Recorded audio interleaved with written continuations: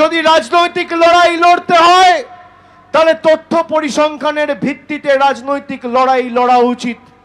লড়াই হওয়া উচিত বাসস্থান, রাস্তাঘাট, পরিকাঠামো, জল, স্বাস্থ্য ব্যবস্থা, কর্মসংস্থান, রুজি রোজগার এর উপরের ভিত্তিতে। বিজেপির কর্মীদের, নেতাদের অনুরোধ করব, আমার কথা যতদূর যাচ্ছে মনোযোগ দিয়ে শুনুন। কারোর কানে ঢুকলে আমার কথা শুনবেন। সংবাদ মাধ্যমে দেখছেন, সমাজ মাধ্যমে দেখছেন, বিজেপির নেতা, সাংসদ, বিধায়কদের প্রতি চ্যালেঞ্জ রইল। মমতা ব্যানার্জির সরকার 15 বছর ক্ষমতায় আর নরেন্দ্র মোদীর সরকার 12 বছর ক্ষমতায়। এই বাঁকুড়া জেলার জন্য কি করেছে? বাঁকুড়ার একটা মাঠ বা বিষ্ণুপুরের একটা মাঠ বেছে নিক, সময় বেছে নিক, জায়গা বেছে নিক, 1 ঘন্টা সময় দেবে। একদিকে আমি থাকবো আর একদিকে বিজেপির নেতা থাকবে। একদিকে আমি আমাদের সরকারের রিপোর্ট কার্ড নিয়ে যাব, আর একদিকে বিজেপির পদ্মফুলের জল্লাদরা মোদী সরকারের রিপোর্ট কার্ড নিয়ে আসবে। ফোকাটটা করে মাঠের বাইরে যদি বের করে দিতে না পারি, মানুষের সামনে মুখ দেখাবো না। এই জেলায় কি পরিস্থিতি ছিল বাঁকুড়ায় আজ থেকে 15 বছর আগে? মমতা বন্দ্যোপাধ্যায়ের সরকার প্রথমবার শপথ নেওয়ার আগে একদিকে জঙ্গলমহলের রানীবাঁধ, রায়পুর, তালডাংরার মতো বিধানসভার বিস্তীর্ণ এলাকা জুড়ে মাওবাদী নাশকতা, আর একদিকে এই ইন্দপুর, ছাতনা, হিড়বাঁধ, সারেঙ্গার মতো জায়গায় জলের হাহাকার। মানুষকে পড়তে গেলে দুর্গাপুরে যেতে হতো, বর্ধমানে যেতে হতো, হাসপাতালে যেতে হলে কলকাতায়, বর্ধমানে, দুর্গাপুরে ছুটতে হতো। আমাদের সরকার আসার পর একের পর এক মাল্টি সুপার স্পেশালিটি হাসপাতাল, বাঁকুড়ার বিশ্ববিদ্যালয়, ব্লকে ITI, polytechnic, degree college, government college, হাজার হাজার কিলোমিটার রাস্তা বাংলার প্রত্যন্ত এলাকা জুড়ে কে করেছে?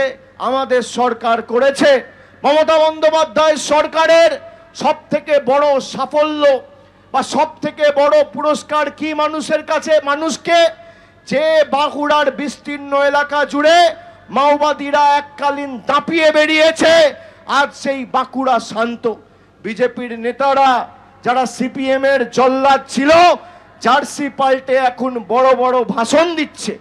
আপনি দেখবেন আপনার পাড়ায়, আপনার এলাকায় ডান দিক, বাঁ দিক, সামনে পিছনে তাকিয়ে কোন ভদ্রলোক, ভালো লোক, শিক্ষিত লোক, ভালো লোক, মার্জিত লোক, সভ্য লোক বিজেপি করে না বা করবে না। যত মদ, মদ্যপ, মাতাল, পাতাখোর, 2 নম্বরি, চোর, চিটিংবাজ, গাঁজাখোর সব ভারতীয় জনতা পার্টিতে। এই তো ভারতীয় জনতা পার্টি। এদেরকে জিজ্ঞেস করুন যে আপনারা 12 বছর ধরে কেন্দ্রে ক্ষমতায় ক পয়সা বাঁকুড়ার জন্য এনেছেন।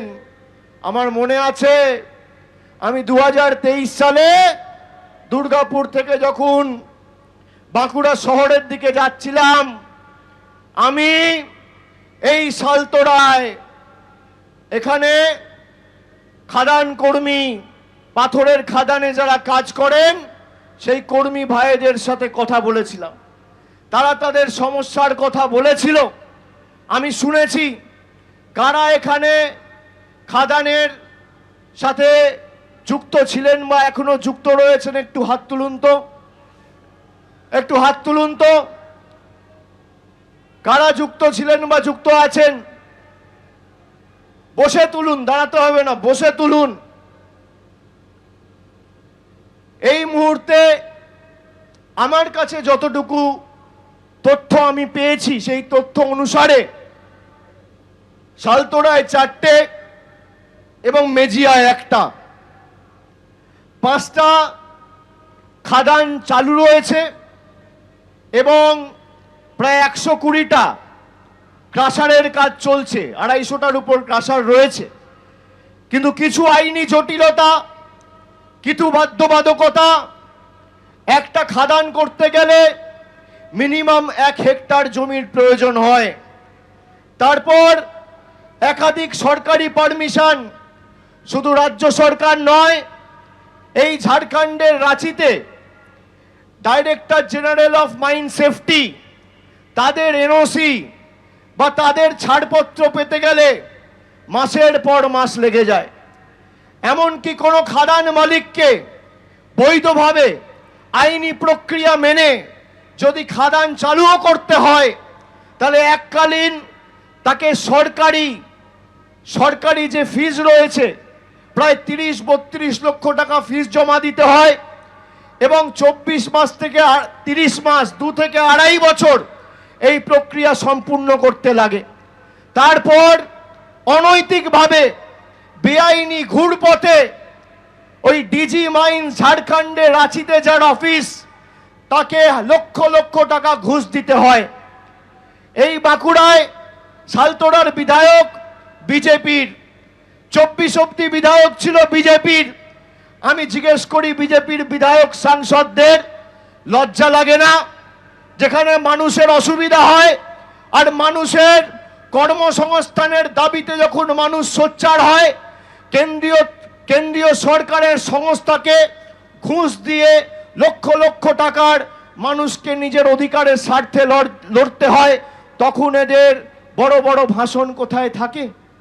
আমি আপনাদের বলি, এখানে সরকারের প্রায় 133 হেক্টর জায়গা রয়েছে। আমি বিগত 2 মাস ধরে এই যে জটিলতা, এই জটিলতার উপর কাজ করেছি। আমি আজকেই সভা করতে হঠাৎ করে সালতোড়া এলাম কেন?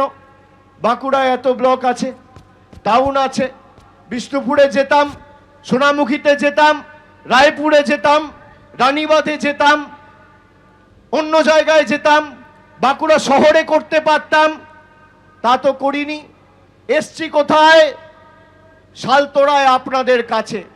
আপনাদের কথা দিয়ে গেছিলাম, আমাদের পঞ্চায়েত নবজোয়ারের যে কর্মসূচি ছিল পঞ্চায়েতের আগে, সেই কর্মসূচি শেষ হওয়ার পরে কিছু জায়গায় মাইন্সের কাজ বা স্টোন ক্রাশার্সের কাজ আইনি প্রক্রিয়া মেনে চালু হয়েছিল। আবার যেহেতু অনেক বাধ্যবাধকতা, কোর্টের অর্ডার রয়েছে, ফুল ফ্লেজেড সেই কাজ চালু হয়নি, এখন বন্ধ রয়েছে। আমি আপনাদের বলি, এখনো পর্যন্ত প্রায় 4,000-4,500 কর্মী ভাইয়েরা সরাসরি এই কাজের সাথে যুক্ত রয়েছেন, যারা বর্তমানে কাজ করছেন। আর পুরো যদি সব ক্রাশার ফাংশনাল হয়ে যায় বা অপারেশনাল হয়ে যায়, তাহলে প্রায় 25,000 লোক কাজ পাবে। এবং সরকারি যে 133 হেক্টর জমি রয়েছে, সেখানে প্রায় 18টা মাইন রয়েছে। এই 18টা মাইনের কাজ যদি শুরু হয় আইনি প্রক্রিয়া মেনে সম্পূর্ণ হয়ে, তাহলে কমপক্ষে 25,000 লোক কর্মসংস্থানের বাড়তি সুযোগ পাবে আগামী দিনে। আমি গত 2 মাস ধরে এর উপর কাজ করেছি। আজকে সকালবেলাও মুখ্যমন্ত্রীর সাথে কথা বলেছি। মুখ্যমন্ত্রীর দপ্তর থেকে সরকারি বিভিন্ন বিভাগ, সংশ্লিষ্ট দপ্তর, আধিকারিকদের নির্দেশ দেওয়া হয়েছে যে পুরো প্রসেস রিভিউ করে আগামী 2 মাসের মধ্যে মার্চের 31 তারিখের আগে সব কাজ চালু করে বাড়তি 25,000 লোকের কর্মসংস্থানের ব্যবস্থা করতে হবে। আপনারা মার্চের মধ্যে সেটা দেখতে পাবেন। কথা দিয়ে কথা রাখার নাম তৃণমূল কংগ্রেস। এখানে জলের সমস্যা রয়েছে। আমি ছাতনা দিয়ে যখন যাচ্ছিলাম নবজোয়ারের সময়, আমাকে যাওয়ার সময় কিছু মহিলারা বলল, দাদা জলের সমস্যা রয়েছে অনেক দিন ধরে। কিন্তু আপনারা জানেন না, জল জীবন মিশন, এখানে আপনাদের এমপি অরূপ চক্রবর্তী রয়েছে। কেন্দ্র সরকারের কাছে আমরা প্রতিনিধি দল পাঠিয়েছিলাম, সেখানে তিনি ছিলেন। কেন্দ্র সরকারের যে 50% টাকা পানীয় জলের প্রকল্পে দেবার কথা, সেই 2,500 কোটি টাকা আজও গায়ের জোরে বিজেপি সরকার বন্ধ করে রেখেছে। আর আমাদের সরকারের 2500 কোটি টাকা দেওয়ার কথা ছিল, আমাদের সরকার 4560 কোটি টাকা দিয়েছে। আর কেন্দ্র সরকারের টাকা, এই নরেন্দ্র মোদীর সরকারের টাকা, এই সৌমিত্র খা সুভাষ সরকারের টাকা এখনো পর্যন্ত মোদী সরকার গায়ে জোরে গাজোয়ারি করে আটকে রেখেছে। বলুন, এদের আগামী দিন উচিত শিক্ষা দেবেন না? যারা আমাদের জলের টাকা, যারা আমাদের বাড়ির টাকা, যারা আমাদের রাস্তার টাকা, যারা আমাদের সর্বশিক্ষা মিশনের টাকা, জল জীবন মিশনের টাকা গায়ের জোরে আটকে রাখে, তাদের উচিত শিক্ষা দেবেন কিনা? আজকে আমি বাঁকুড়ার মায়েদের ভাইদের জিজ্ঞেস করতে চাই, 2021-এর বিধানসভায় আপনারা তৃণমূলকে বাঁকুড়ার 12টা আসনের মধ্যে 4টি আসনে জয়যুক্ত করেছিলেন, বাকি 8টি থেকে জিতেছিল বিজেপির প্রতিনিধিরা। 2024-এর লোকসভায় 4 বেড়ে আমাদের 6 হয়েছে। এখন তৃণমূল 6 আর বিজেপি 6। বিষ্ণুপুর লোকসভার একটা আসন পড়ে খণ্ডঘোষে, আর বাঁকুড়া লোকসভার একটা আসন পড়ে পুরুলিয়ার রঘুনাথপুরে। তাহলে একদিকে বিষ্ণুপুরকে 6 মারতে হবে, আর একদিকে বাঁকুড়াকে 6 মেরে, দুটো 6 মেরে 12-0 তৃণমূল কংগ্রেসের পক্ষে আগামী দিন করতে হবে। 8-4 নয়, 7-5 নয়, 6-6 নয়, 7-5 নয়, করতে হবে 12-0 তৃণমূলের পক্ষে। তৃণমূল জিতলে আপনি আপনার অধিকার পাবেন, আর বিজেপি জিতলে আপনি আপনার অধিকার থেকে বঞ্চিত হবেন। তৃণমূল জিতলে দুমুঠো ভাত, আর বিজেপি জিতলে ধর্মে ধর্মে আঘাত। তৃণমূল জিতলে বিজেপি কুপকাত, আর বিজেপি জিতলে সাম্প্রদায়িক সংঘাত। কি বাঁচবেন সিদ্ধান্ত আপনাকে নিতে হবে। তৃণমূল জিতলে দুয়ারে রেশন, আর মোদি জিতলে দুয়ারে ভাষণ। তৃণমূল জিতলে মানুষের পাতে ভাত, আর বিজেপি জিতলে খালি মোদিজির মন কি বাত। কি নেবেন সিদ্ধান্ত আপনার। আমরা তথ্য পরিসংখ্যান দিয়ে লড়াই করি। মায়েরা, আপনারা যারা আমার কথা শুনছেন, লক্ষ্মীর ভান্ডার পান? এই বিজেপির নেতা, বিজেপির রাজ্য কমিটির একজন মেম্বার আজ থেকে 5 দিন আগে সভা করে বলেছে, যে মেয়েরা বা যে মহিলারা, যে মায়েরা লক্ষ্মীর ভান্ডার পায়, তাদের খাঁচায় বন্দি করে রাখো, ঘরে বন্দি করে রাখো, তারা যেন ভোট দিতে না পারে। মায়েদের বিজেপির নেতারা বন্দি করে রাখতে চায়। আমি বলবো, ভোটের রেজাল্ট যেদিন বেরোবে, দিল্লি দেখবে কে কাকে বন্দি করেছে। চলবে না অন্যায়, টিকবে না ফন্দি। মায়েদের আদালতে মোদি বাবুকে হতে হবে বন্দি। লক্ষ্মীর ভান্ডার বন্ধ করবে, আমাদের জলের টাকা, রাস্তার টাকা, আবাসের টাকা, গরিব মানুষের 100 দিনের টাকা বন্ধ করে পেরেছে আটকাতে? 20,000 কিলোমিটারের রাস্তার কাজ শুরু করেছে মমতা ব্যানার্জির সরকার 8,000 কোটি টাকা খরচা করে। আজকে এই যে লক্ষ্মীর ভান্ডার দেয় আপনাদের, খালি সারা বাংলা জুড়ে 2,30,00,000 মায়েদের লক্ষ্মীর ভান্ডার দিতে প্রতি বছর আমাদের সরকার খরচা করে 27,000 কোটি টাকা। যতদিন মমতা ব্যানার্জির মামাটি মানুষের সরকার বাংলার মাটিতে আছে, আপনার লক্ষ্মীর ভান্ডারের উপর কেউ চোখ তুলে তাকাতে পারবে না। যতদিন আমরা আছি, আপনি লক্ষ্মীর ভান্ডার মাসের প্রথমে পাবেন, কেউ আটকাতে পারবে না। এটা আমাদের কথা, এটা আমাদের শপথ, এটা আমাদের কমিটমেন্ট।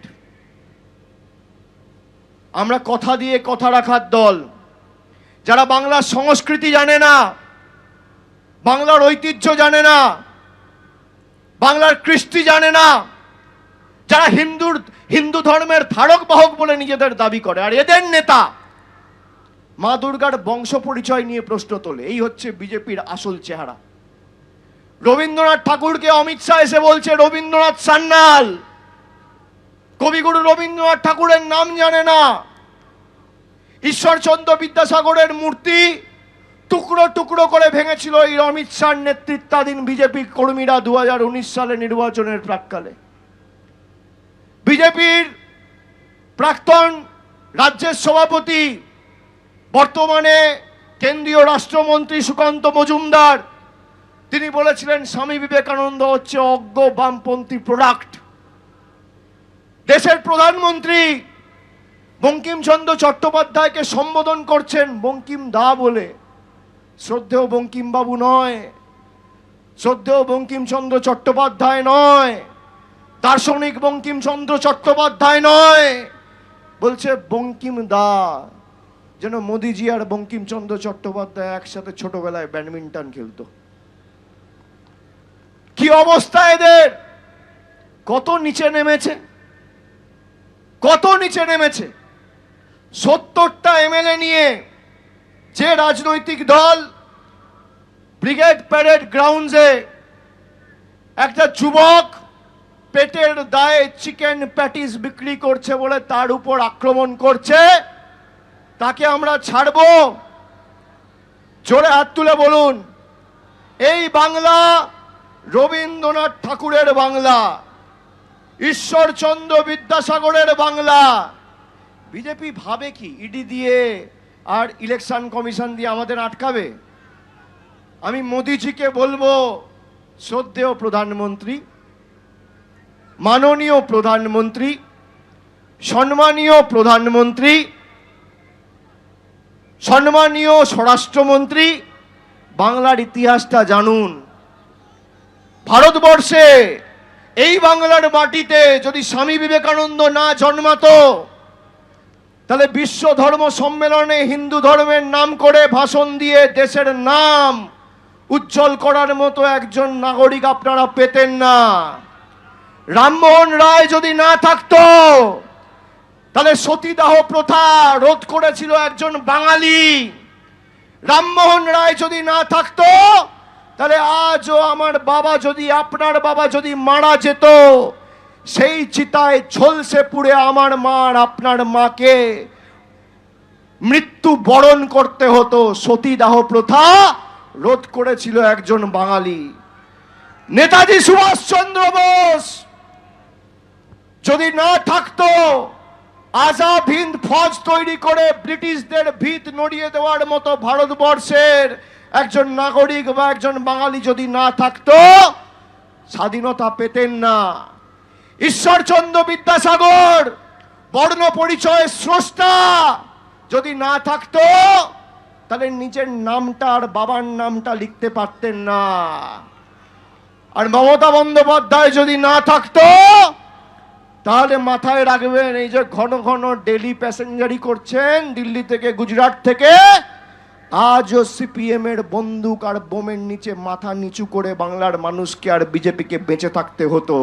বাংলার এই তমসাচ্ছন্ন 34 বছরের জগত্তল পাথরকে ভেঙে চূর্ণ বিচূর্ণ করে যে মুক্তির সূর্যোদয় ঘটিয়েছে, তার নাম তৃণমূল কংগ্রেস, নেত্রীর নাম মমতা বন্দ্যোপাধ্যায়। আপনি মমতা বন্দ্যোপাধ্যায়কে আটকাবেন? আরে আগে যান, সিপিএম এর থেকে আপনি একটু ট্রেনিং নিন। মমতা বন্দ্যোপাধ্যায় অন্য ধাতুতে তৈরি, তৃণমূল কংগ্রেসের কর্মীরা মাথা নত করতে জানে না। আমাদের মাথা কেটে দেবেন, দিল্লির কাছে বশ্যতা স্বীকার করব না, মেরুদণ্ড বিক্রি করব না, আত্মসম্মান বিকিয়ে দেব না। এই বাংলা পথ দেখায়, ভারতবর্ষকে পথ দেখিয়েছে। মহামতি গোখলে বলেছিল, what Bengal things today, rest of India things tomorrow. SIR এর নাম করে বাঙালির উপর অত্যাচার। এক সপ্তাহ আগে রানীমাদে একজন বিএলও সুইসাইড করলো। আজ আমি আসার সময় শুনছি বীরভূমে আবার একজন এসআইআর এর নোটিশ পেয়ে হিয়ারিং এর লাইনে দাঁড়িয়ে কাঞ্চন মণ্ডল বলে একজন ভদ্রলোক, তিনি মারা গেছেন। 2 মাসের মধ্যে প্রায় 70টা তরতাজা প্রাণ আমরা হারিয়েছি। বাঙালিকে শুধু ভাতে মারতে চাইনি, বাঙালিকে প্রাণে মেরেছে এই ভারতীয় জনতা পার্টি, বহিরাগত বিজেপি এবং বাংলা বিরোধী বিজেপি। যারা আমাদের প্রাণে মেরেছে, তাদের রাজনৈতিকভাবে শিক্ষা দিতে হবে। 2016-তে নোটবন্দির নাম করে আপনাদের সবাইকে লাইনে দাঁড় করিয়েছিল, মনে আছে? আজকে 10 বছর পরে কেউ 50 বছর, কেউ 60 বছর, কেউ 70 বছর এই মাটিতে থাকার পরেও লাইনে দাঁড়িয়ে তাকে নাগরিকত্বের প্রমাণ দিতে হবে। সুভাষ সরকারের নিজের জন্মের সার্টিফিকেট আছে? আছে। সৌমিত্র খাঁর নিজের জন্মের সার্টিফিকেট আছে। বিজেপির নেতারা যদি সার্টিফিকেট দেখতে চায় বলবে আগে তোমার বাবার সার্টিফিকেট নিয়ে এসো। এবিপি আনন্দ এগিয়ে থাকে, এগিয়ে রাখে।